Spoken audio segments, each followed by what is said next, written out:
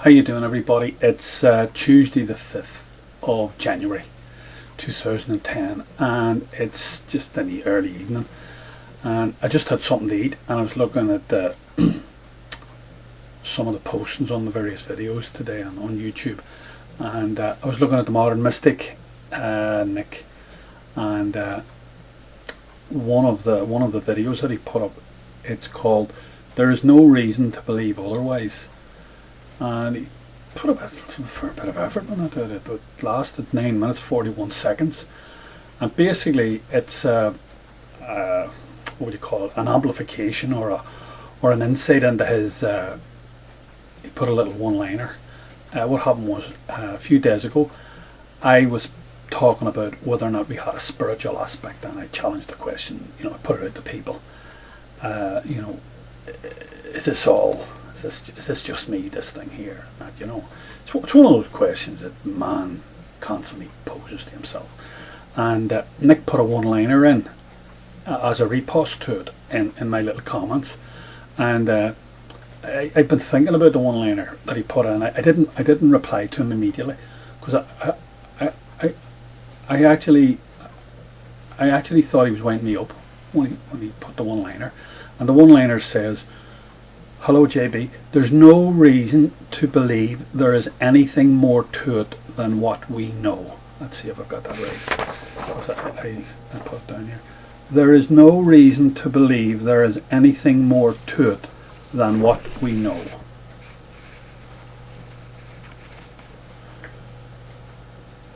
So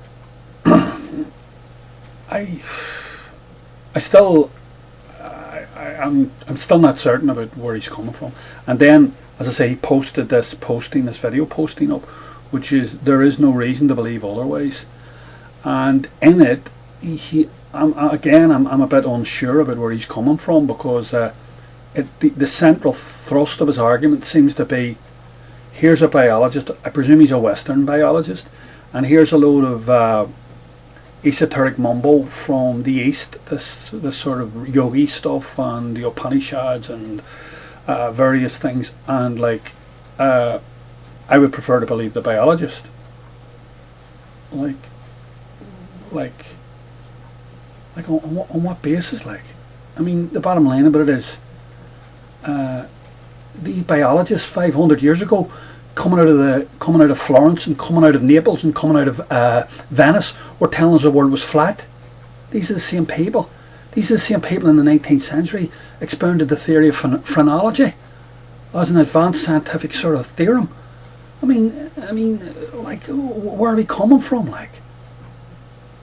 The yogi doesn't postulate about changing the world because of his thing. You know what I mean? It's a personal esoteric thing. It's just a personal interpretation. That's all I'm about. I don't want to be identified alongside science. So much of it's all mumbo jumbo. It's all up the left. I have a friend. I quote you a simple example. I have a friend who doesn't believe in empiricism, and he's a surgeon. He doesn't believe in empiricism. He denies empiricism based on his thought process. He's a Western surgeon, and when I tell him that acupuncture works, and the proof of it is that it works on a daily basis for billions of Chinese, not millions, billions of Chinese, he rejects it out of hand, because he has a world construct that won't allow you to believe that you can stick gold and silver needles into people, metal needles, and make effectively cause cures. It's mumbo jumbo to him. So, I just got to get back to the basic thing. We're microscopic creatures flying around a star, living on a mud ball, and flying around a big star in the middle of nowhere. That is our reality. We can't afford to take up positions on anything. Our knowledge of the universe is that size. Fucking get real, man. Get real. We're insects pontificating. I pose a simple question. is there something outside of the physical element of man? And I'm told, no, there's not. And I like, you could go, what are dreams? What's hypnosis? Like, what are miracles? Do miracles occur? Or people go into dreams, and when they're in the dreams, they go out on an astral plane. Do you accept that? No, probably not. A whole culture for 7,500 years is built around that central hypothesis with Australian Aboriginals and also North American Indians. I mean, what happens if you? How does your construct then deal with a simple situation? How does your construct deal with something who another person can know something about you that nobody else in the world could ever know? How do you deal with something like that? How do you deal with, say, a miracle that happens in front of you? How do you deal with somebody who affects an instantaneous cure that Western science says cannot be done? How do you deal with all those constructs? How do you deal with all that?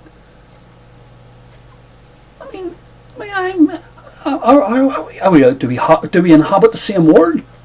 I'm just a puny little creature. I run around with my head down half the time because I know that the forces that I come in contact with on a daily basis, if I chose to stick my head above the parapet, you know, would either push my head back down again, or if they didn't like the look of my head, they'd just chop it off.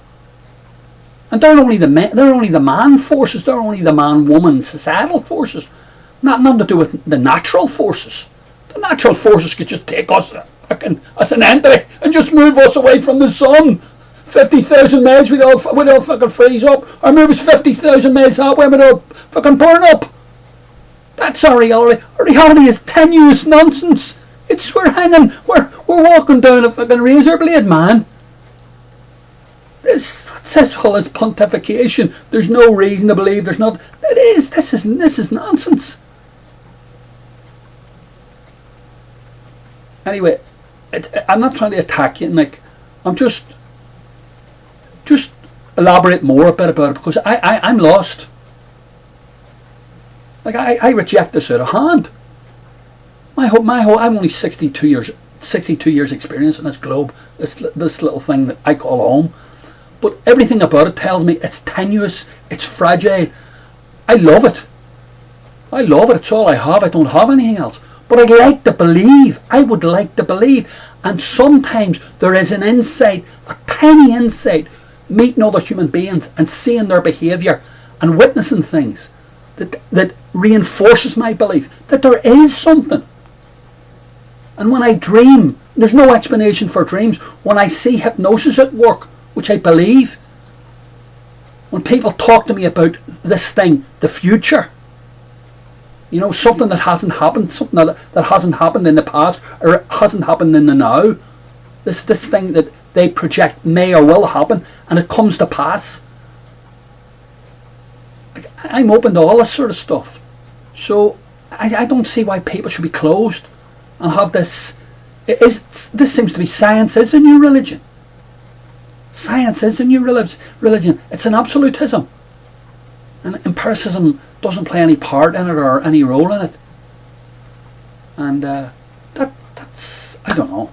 Maybe I'm ranting on, but I just like people to, I don't know, be more tolerant or something. That's all. Because I try to be tolerant towards everybody's point of view, but I don't like sort of absolutist positions. That's all. Okay. I'll talk later. Bye.